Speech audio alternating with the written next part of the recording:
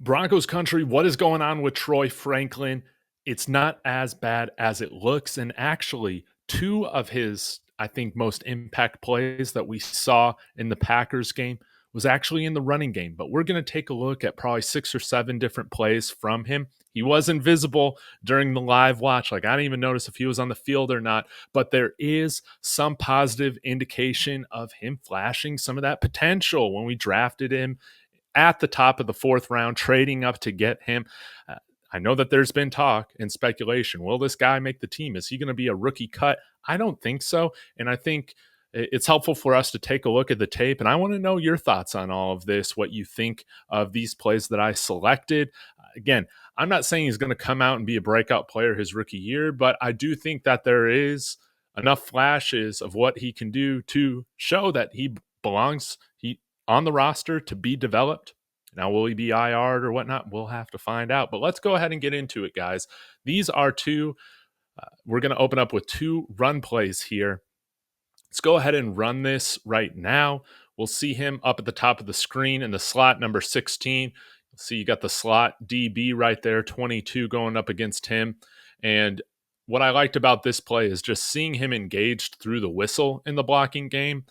This is something where I noticed a little bit of inconsistency throughout the tape, but shows a willingness and gets off to a strong start here, staying engaged in the play, providing a nice little run block, even though the running play kind of goes nowhere.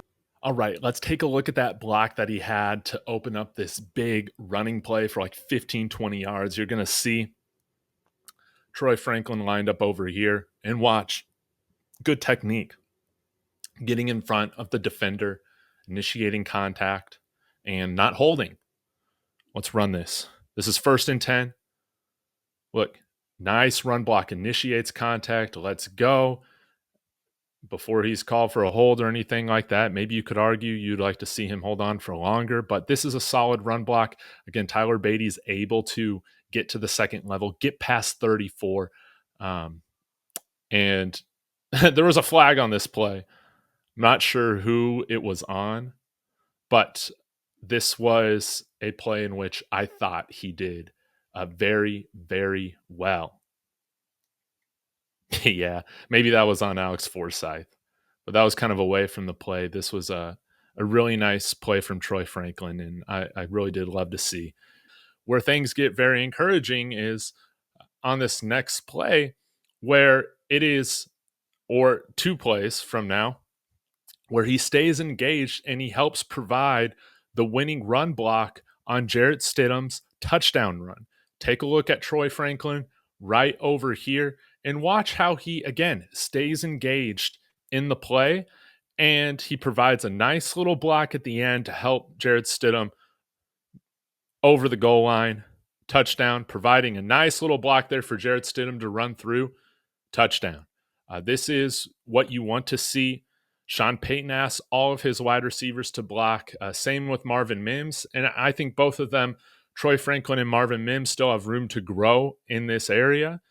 But it's nice to see Troy Franklin showing some ability to do this, especially in big situations, big plays like this. There was another big play that we'll highlight later on where it's because of Troy Franklin's run blocking, where Tyler Beatty is able to get a big chunk run, I think over 15 yards. So I loved seeing that play.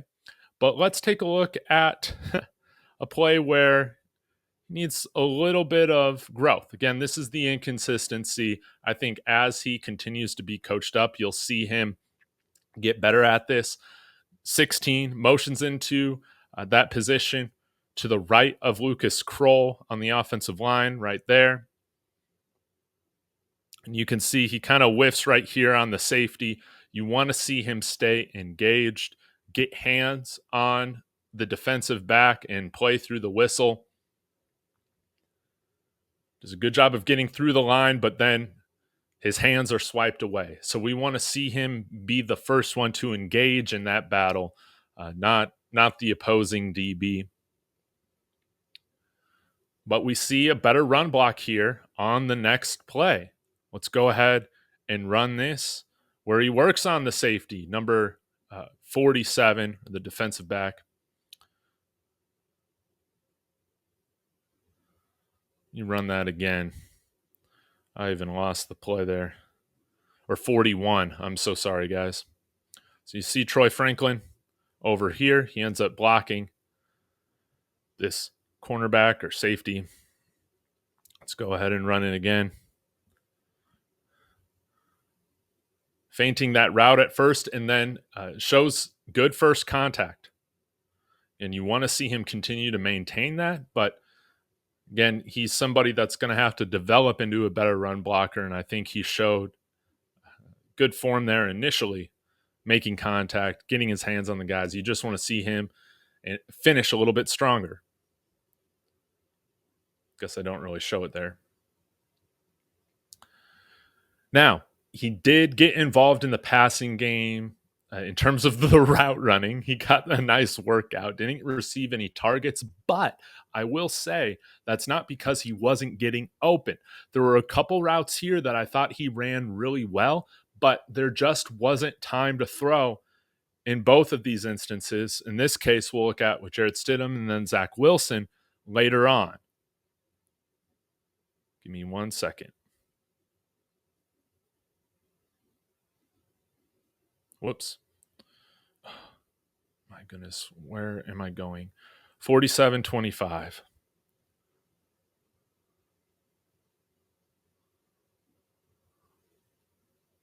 Okay. You'll see Troy Franklin here at the bottom of the screen going against 41, dealing with press. And look at this release. Nice route getting deep, but Stidham doesn't have the time. But good release versus press. Watch this. A little stutter step to the side, and he blows by the cornerback, avoids any contact.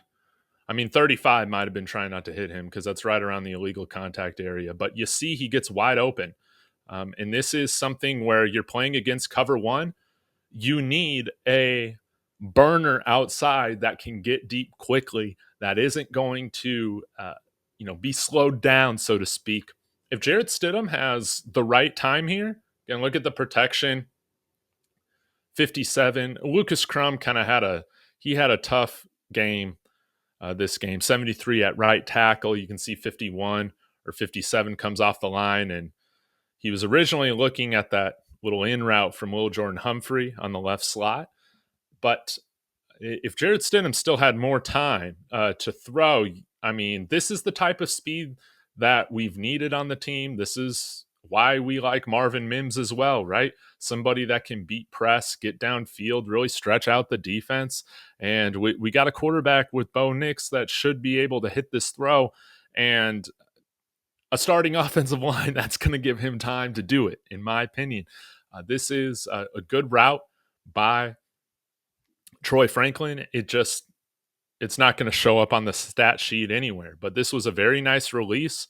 This was something that was talked about in his draft process quite a bit. He needs to get stronger. He needs to get better at release against press. And you saw right here, just a little shuffle, stutter step, and just blows by the cornerback. This is at least a positive sign that, like, again, I feel like the narrative is not said about him yet, or it's not said straight up like this, but it's like, oh, Troy Franklin's trash, cut him. No, he's not. He needs some time to develop. You saw a nice little route here, but it just doesn't show up on the stat sheet.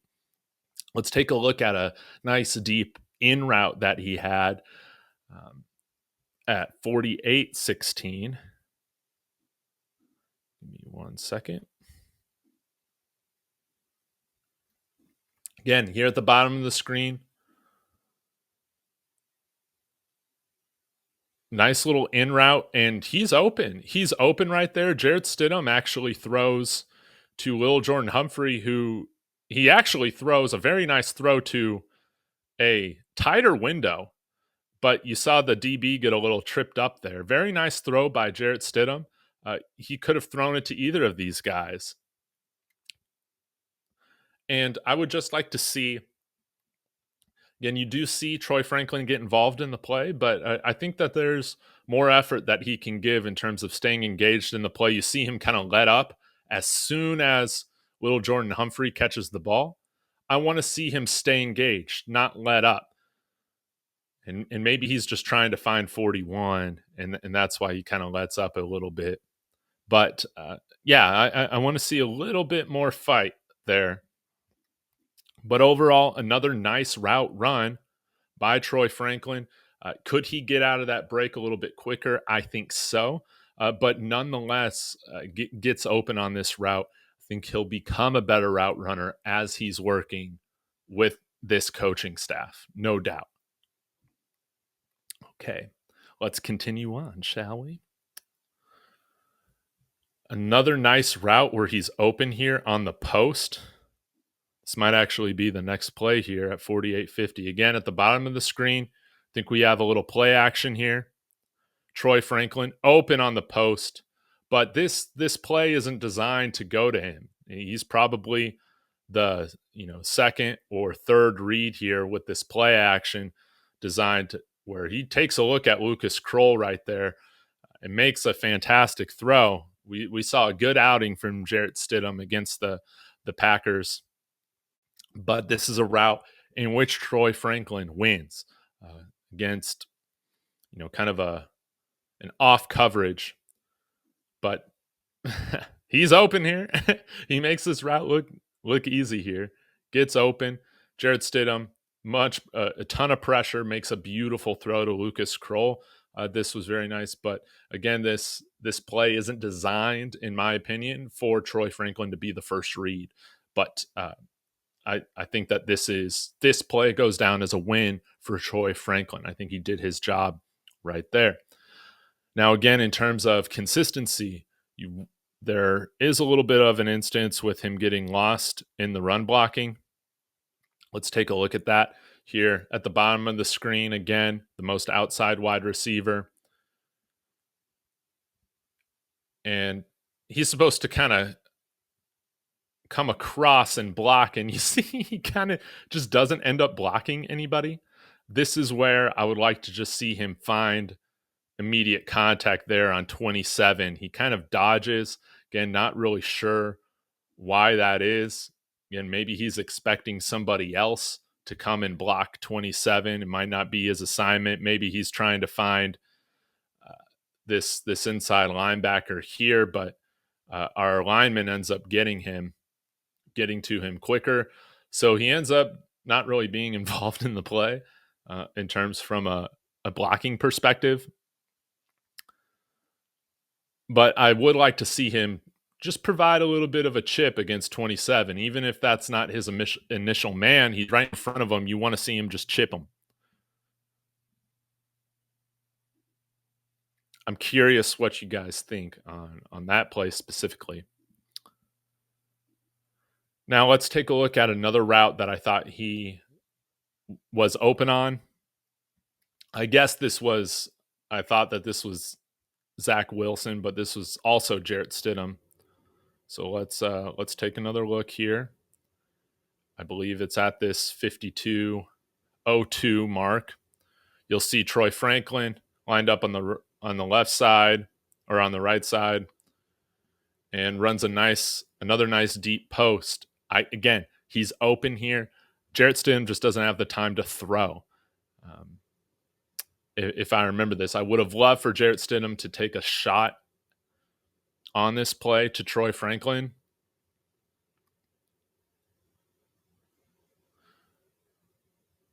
Now, maybe I feel like his first read was Lucas Kroll over here, and he actually makes a nice throw given the pressure that he faces here from 57, right? It's just a tad outside, like a few inches away from Kroll's outstretched hands. I believe this is Kroll. Yeah, 85.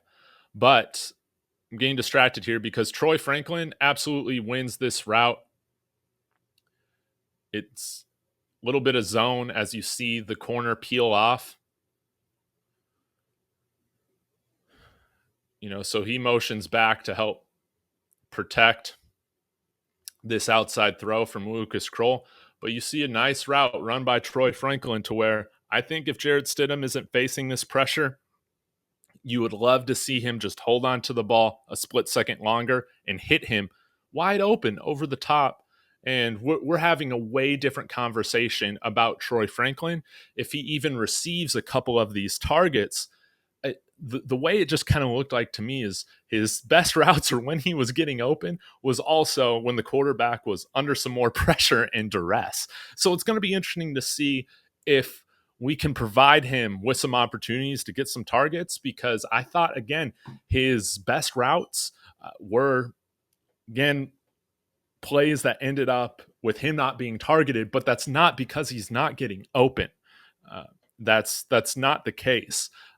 And again, I think we saw some positives with what he can do in the run game, but he needs to clean that up a little bit. You want to see some more consistency, a higher effort level overall.